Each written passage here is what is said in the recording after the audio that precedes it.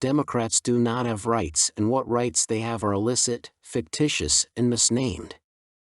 The power of liberal governments may masquerade as rights, but these rights are only as good as the ability of the government to impose their policies on the electorate. Democrats have legal rights, which is another way of saying Democrats have the rights of government policy and no more. The right to housing, medical care, security of person, entry into Western nations, and the right to cheap labor and state-sponsored protection of private property are not attached to anything other than the ability of governments to fund them. These rights cannot be proved to exist scientifically. They cannot be measured. They are simply declared to exist by governments trying to get elected. If a liberal is stranded on an island or trapped in a building, what rights does he have? Imagine you are on an island with a number of liberals. There is water in abundance, but there is no food.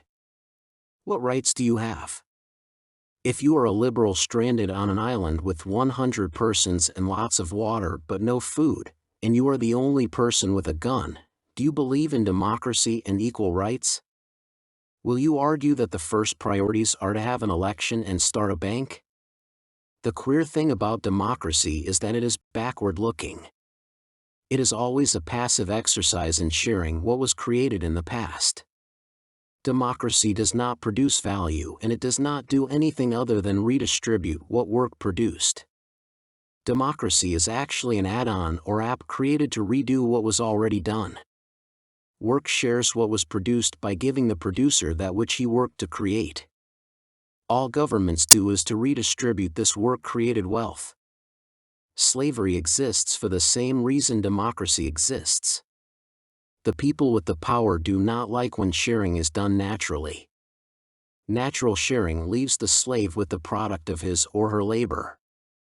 The only reason this revisionist version of rights is permitted is because man is offended by God. Some men repudiate the system instituted by God and want to institute their own way of sharing. But how can they do this when God's method is perfect? Those who create the wealth own the wealth they create. That means the only way liberals can offend God is by giving the wealth created by believers to liberal freeloaders. This is self-limiting because liberals can only expropriate what has been produced by conservatives, and even only in amounts that will not cause conservatives to give up producing goods and services. One cannot kill the golden goose without harming your own ability to survive. The Bible tells us he who does not work shall not eat. It might be rephrased as those who do not contribute to making the meal do not get to sit down at the table. The man who does not care for his own is said to be worse than an unbeliever, for it does not take belief in God to tell a man his duty is to his family. If the believer is not caring for his household, then the family is relying on wealth created by other men to benefit their families. The rights of the church are based on the productivity of the church. The rights of Democrats are predicated on their ability to expropriate wealth from those on the right. But they have no right to do this. But if a person does not have a right to food because he has no right to demand I or anyone else pay for their food, what rights can they have? It is for this reason liberals have legal rights, not human rights. But this issue goes even deeper. To have human rights would require there be a class of things called humans, all with the same features or characteristics. This is not the case. Human beings exist, but as a bifurcated species. Humans are divided into two races, and these races are so distinct they do not share the same rights. Certainly, there is no obligation for the one race to finance benefits for the other, when they are in competition for space and members. The dilemma liberals face is proving there is something higher than humans that obligate us to provide all of our kind with certain conditions. The question always is, where do rights come from? But this is less important than, what requires me to pay for your rights? A simple description of the right to life is as a negative. No one has the right to try and end the life of another, and the obligation of the government to make laws and take other steps if a person's life is endangered. The practical difficulties of all of this and the way it is to be interpreted could fill a book, but the important observations are that the right is posed in a negative right not to be killed and a vague obligation of a public body without means. The right to life is, in this sense, an interpretation of thou shalt not kill.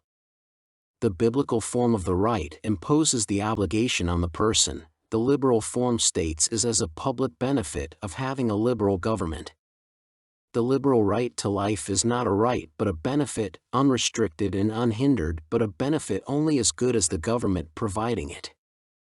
Any breakdown in government translates into a loss of rights. What too few understand is that there are two sets of rights because there are two races of persons. Democrats have no rights because they have no pathway to their provision.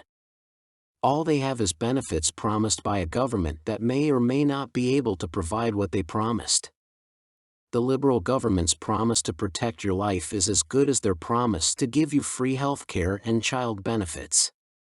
Liberal rights are liberal party platforms manifested, if you are lucky, into a policy position that needs funding and implementation. Conservatives do not have rights, but we have a right to own what we produce and the right not to pay costs created by others. This right is a conservative right as it is of the church and the community. The right to own what we create is integral to our Christianity. Our right to own what we created is ensured by our refusal to impose costs and claims onto others. Our rights are reciprocal, not benefits of government. Democrats do not have rights because governments are not a source of rights. They cannot give what they do not have. Governments have no rights and so cannot bestow them on their constituents.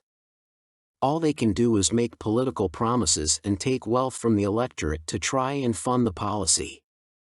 If liberals want to call this a right, they are welcome to. It is not a right in any true sense of the word.